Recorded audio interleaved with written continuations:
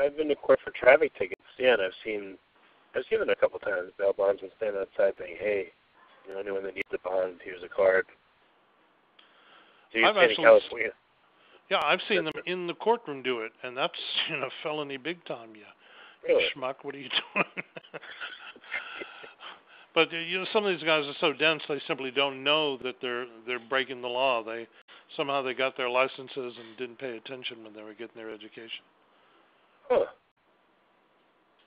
Are there any other ways that bail bondsmen are regulated that they can or can't solicit?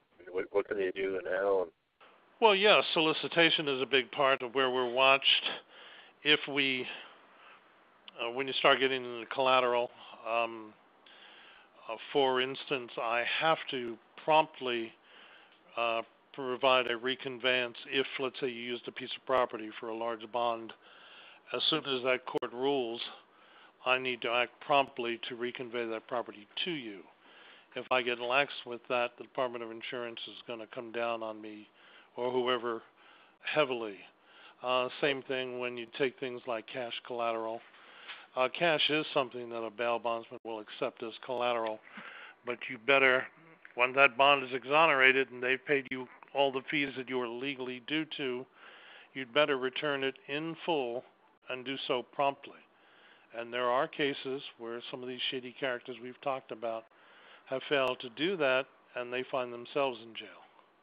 Right. Huh.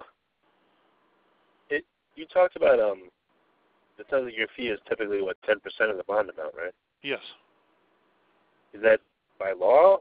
Because you talked about bondsmen negotiating their fee. Is that you have to do that, or where's that? No, when a bail bond company is established and you are arranging your licensing through the Department of Insurance, at that time you determine what you're going to charge. And 99% of them are going to establish it at 10%. So if you're established at 10% and then somebody comes along and they say, well, the guy down the street will do it for 8%, will you do it for 7%, and you agree to do that, well, you just committed a felony because you are registered with the Department of Insurance to do it at 10%. Oh, once you said it, you can't change it. Okay. Well, you can't change it in the field. I mean, you can reapply to the Department of Insurance and discuss with them a change in terms. But no, you can't walk in my door and tell me you got a better deal and would I do this? The answer is no, because I can't do that. Oh, that's good to know. Okay. I'm sure in any industry, some people try to price shop, so it's good to know that, why you can or can't change a price. Okay, I understand. Okay. Are there things that the common person doesn't know about bail bonds that you think would be helpful for them to know, or you think we've covered most of the questions people could ask? Well, I think the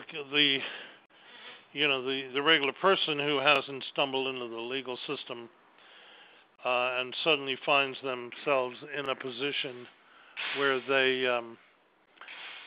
they need to get somebody out of jail doesn't have any understanding of what the protocol is, what they're up against, what their rights are. I think we've touched on most of those. I can tell you that in California, if you feel like a bail bondsman has taken advantage of you, you can contact the Department of Insurance. You're going to get zero compassion from the police if you feel like, because whoever you're trying to pull out, they're regarded as a criminal. So if you go crying to them that the bail bond company took advantage of you, you're not going to get a very sympathetic ear. You really need to take your complaints to the Department of Insurance. Okay.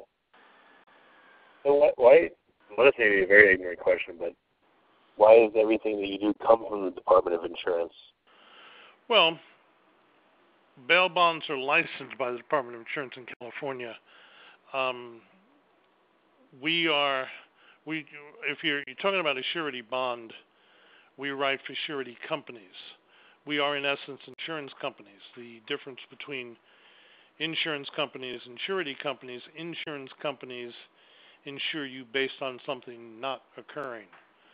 You get auto insurance, and they're going to make their money because they believe the bulk of people are not going to be in auto accidents. Okay. The surety, conversely, is banking on something occurring. So we're making our money based on thinking you are going to do what you have agreed to do, which is to make all appearances in court. Right. But it all comes under the umbrella of insurance. Okay. Yeah, I didn't understand that. All right. So I guess, my last question is, for people listening to this interview or snippets of it, what makes Hollywood Bail Bonds and you a good choice for people that need this help? Well, we have a couple of things going for us. First and foremost is honesty and integrity. There are no complaints that have ever been filed against Hollywood Bail Bonds. Secondly, we have agents stationed around Los Angeles to serve you quicker. LA is a city that's 50 miles across. So I have agents in Hollywood or in the South Bay or in the San Fernando Valley. So if you call and you need help, we'll go to you. Most agencies want you to drive to their office. Well, we'll meet you at the police station. We'll meet you at a convenient location close to your home. Some of my agents are female, so I'm not going to send them to your house at 3 in the morning. Right. But, they'll meet you at the police station, for instance, because you're going to go pick up your friend anyway. So we have integrity, we have service, promptness.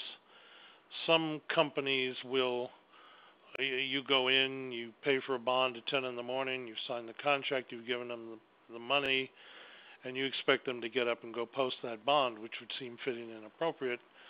But their perspective is they want to wait till they have enough to justify their time, so they're going to wait for another 5 people, which could stretch another 8 hours, another 9 hours. You don't want your friends sitting in jail while these people get their butt in gear. So we won't do that. I didn't think about that. Huh. Yeah, that's true. As soon as you sign the contract, you want them to go right away and get them out that second. Exactly. Okay. Well, very good. I appreciate your time doing this interview. I've learned a lot. I'm sure people listening will learn a lot as well. Well, I certainly appreciate your taking the time to do it.